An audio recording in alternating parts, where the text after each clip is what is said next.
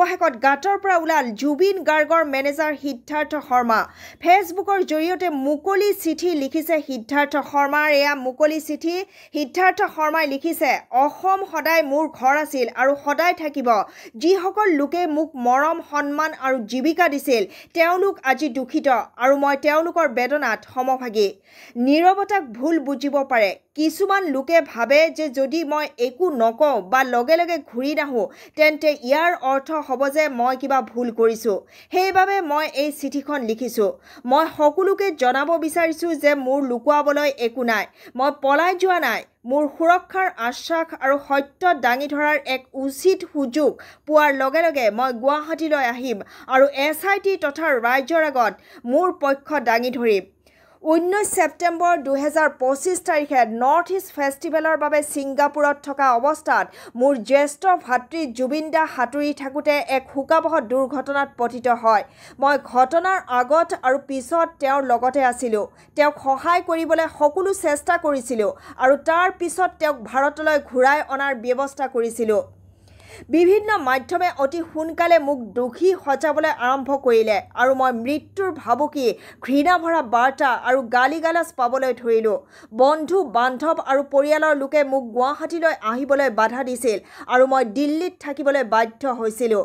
তেওঁক হেৰুৱাই মোৰ হৃদয়ৰ এনে এক শূন্যতাৰ সৃষ্টি হৈছে যি কেতিয়াও পূৰ নহ'ব। কিন্তু তাতোকৈ মোক ভাঙি পেলাইছে তেওঁৰ লগত আহিব নোৱাৰা, তেওঁৰ শেষকৃত্যত উপস্থিত থাকিব নোৱাৰা আৰু পৰিয়ালৰ কাষত থিয় দিব নোৱাৰাটোৱে। মই অসহায় আৰু স্তম্ভিত, কিয়নো মোক গোটেই পৃথিৱীখন সলনি হৈ গৈছে। যোৱা সপ্তাহত অনলাইন আৰু টেলিভিছনত বিয়পি পৰা উৰা বাতৰি, গালিগালাজ আৰু ভাবুকিবোৰ দেখি মই স্তম্ভিত আৰু দুখিত হৈছোঁ। কিছুমানে সেইদিনা মোক অৱহেলাৰ অভিযোগ দিছে। আন কিছুমানে দাবী কৰিছে যে মই জুবিন দাৰ নাম আৰু ধন ব্যৱহাৰ কৰি টকা লুকুৱাইছোঁ বা ব্যৱসায় গঢ়ি তুলিছোঁ। আনকি কিছুমানে কৈছে যে মই জুবিন দাৰ কপিৰাইট ৰিয়েলিটি লাভ কৰিছোঁ আৰু এতিয়া ইয়াৰ পৰা মালিক হ'ম। এই অভিযোগবোৰ সম্পূৰ্ণ মিছা। মই তেওঁৰ বিশ্বাস আৰু তেওঁৰ ধনৰ কেতিয়াও অপব্যৱহাৰ কৰা নাই আৰু মই কৰ্তৃপক্ষ আৰু তেওঁৰ পৰিয়ালৰ আগত প্ৰতিটো টকাৰ হিচাপ দিবলৈ সাজু আছোঁ। এই অভিযোগবোৰ সম্পূৰ্ণ মিছা। মই তেওঁৰ বিশ্বাস আৰু তেওঁৰ ধনৰ কেতিয়াও অপব্যৱহাৰ কৰা নাই আৰু মই কৰ্তৃপক্ষ আৰু তেওঁৰ পৰিয়ালৰ আগত প্ৰতিটো টকাৰ হিচাপ দিবলৈ সম্পূৰ্ণ সাজু আছোঁ বুলি এইদৰে তেওঁ আৱেগিক পোষ্ট দিছে। আৰু তেওঁ লিখিছে, 2021 চনত তেওঁ তেওঁৰ শেষৰ ফালৰ কিছুমান সৃষ্টিৰ মালিকী স্বত্ব নিজৰ লগত ৰাখিব বিচাৰিছিল আৰু সেইবাবে জুবিন গাৰ্গ মিউজিক LLP গঠন কৰা হৈছিল। এইটোৱে আছিল প্ৰথম আৰু একমাত্ৰ ব্যৱসায় য'ত আমি দুয়ো অংশীদাৰ আছিলোঁ। এই প্ৰতিষ্ঠানৰ অধীনত আমি 20টাতকৈও অধিক গান মুকলি কৰিছোঁ, য'ত মুঠ বিনিয়োগ আছিল মাত্ৰ 10 লাখ টকা আৰু তাৰে 6 লাখ টকা তেওঁ বিনিয়োগ কৰিছিল। এই গানবোৰৰ পৰা হোৱা ৰিভিনিউ তেওঁ প্ৰতি মাহে মাত্ৰ কেইহাজাৰমানহে টকা আৰু প্ৰতিটো টকা কোম্পানীৰ একাউণ্টলৈ যায় আৰু আজিলৈকে কোনেও এটকাও পইচা উলিওৱা নাই। জুবিন দাই LLPৰ 60% মালিক আছিল, যিটো এতিয়া স্বয়ংক্ৰিয়ভাৱে তেওঁৰ পত্নীৰ নামত স্থানান্তৰিত হ'ব আৰু মোৰ অংশও পৰিয়ালটোক হস্তান্তৰ কৰিবলৈ পালে মই সন্মানিত হ'ম। এজন সুৰকাৰ আৰু গীতিকাৰ হিচাপে তেওঁৰ ৰয়েলটি পোনপটীয়াকৈ IPRSৰ পৰাহে আহে আৰু সেয়া আন কাৰো একাউণ্টলৈ যাব নোৱাৰে। তেওঁৰ মৃত্যুৰ পিছত এই সকলোবোৰ আইনীভাৱে আৰু তথ্যসংগতভাৱে তেওঁৰ পত্নীৰ হাতলৈ যাব। উপৰোক্ত সকলো কথা সহজে পৰীক্ষা কৰিব পাৰি আৰু মই প্ৰতিটো প্ৰমাণ দাঙি ধৰিবলৈ সাজু।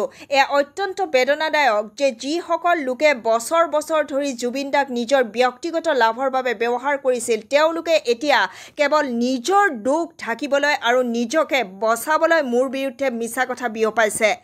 অসম চৰকাৰে ইতিমধ্যে এই বিষয়টোৰ তদন্তৰ বাবে এখন বিশেষ অনুসন্ধানকাৰী দল SIT গঠন কৰিছে আৰু মই ইয়াক সন্মান জনাইছোঁ। আন সকলোৰ সকলোৰ দৰে ময়ো বিচাৰোঁ যে সত্য পোহৰলৈ আহক।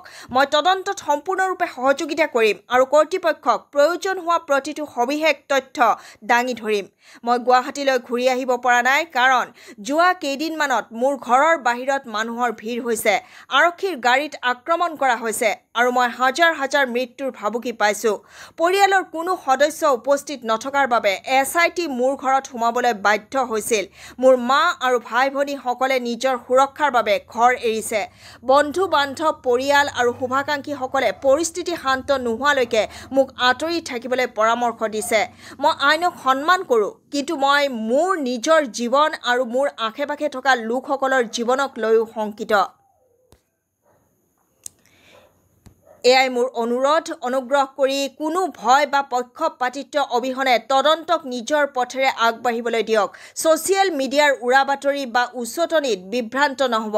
জুবিন দাৰ স্মৃতিৰ প্ৰতি সন্মান জনাই আমি শান্তভাৱে আৰু মৰ্যাদাৰে সত্যৰ সন্ধান কৰা উচিত। কৰোজোৰে আৰু গভীৰ শ্ৰদ্ধাৰে সিদ্ধাৰ্থ শৰ্মা।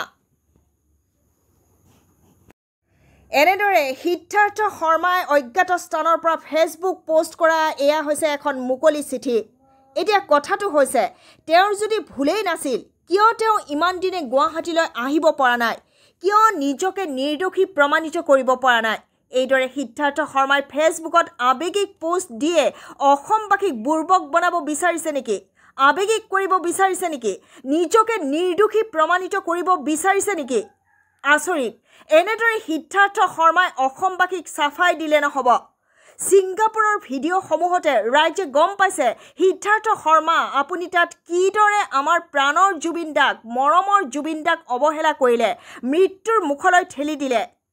এইদৰে ইমান সহজে অনা অসমীয়াক ক্ষমা কৰা নহ'ব। এয়াই আমাৰ স্পষ্ট কথা।